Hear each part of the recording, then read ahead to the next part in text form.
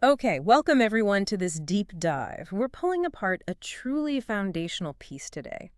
Langston Hughes's Mother to Son from way back in 1922. Such an enduring poem. And we're looking at the text itself, but also what critics and scholars have said about its meaning and its impact over the years. Exactly.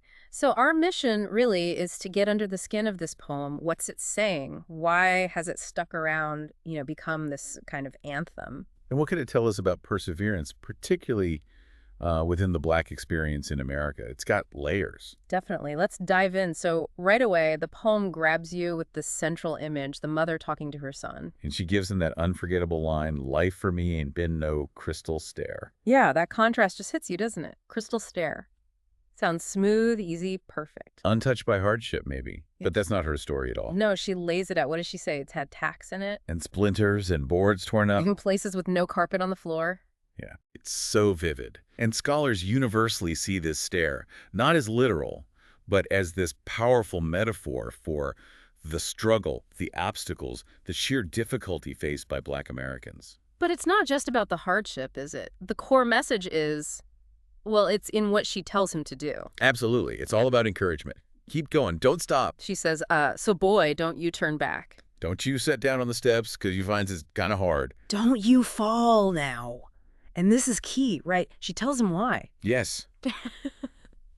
For I still going, honey. I still climbing. That line is everything. It really is. It turns it from just, advice into her living example. She's still on that staircase herself. It's that ongoing resilience, pushing forward even when the path is, well, broken and bare. That's the heart of it. And because that message is so strong, it's maybe not surprising this poem became huge, culturally speaking. Absolutely. It's often called one of the anthems of Black America, right up there with his other major works like The Negro Speaks of Rivers or Harlem. And its power was recognized. I mean, sources say Martin Luther King Jr. used it in speeches during the Civil Rights Movement. He did, leveraging that message of resilience, of continuing the climb despite injustice.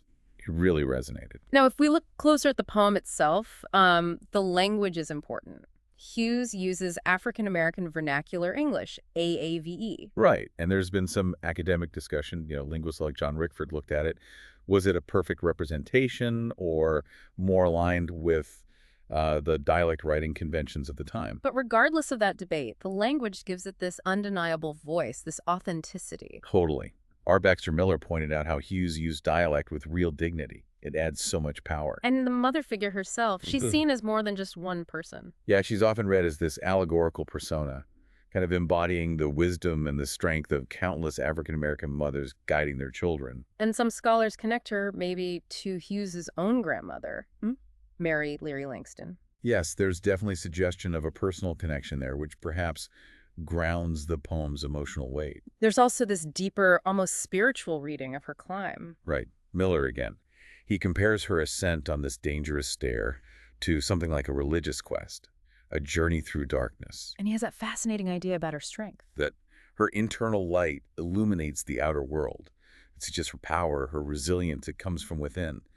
And that inner light helps her navigate the darkness outside.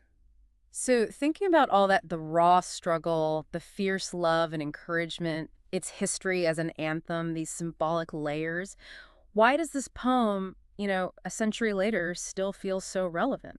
Well, I think because at its core, it's about facing challenges, Yeah. period.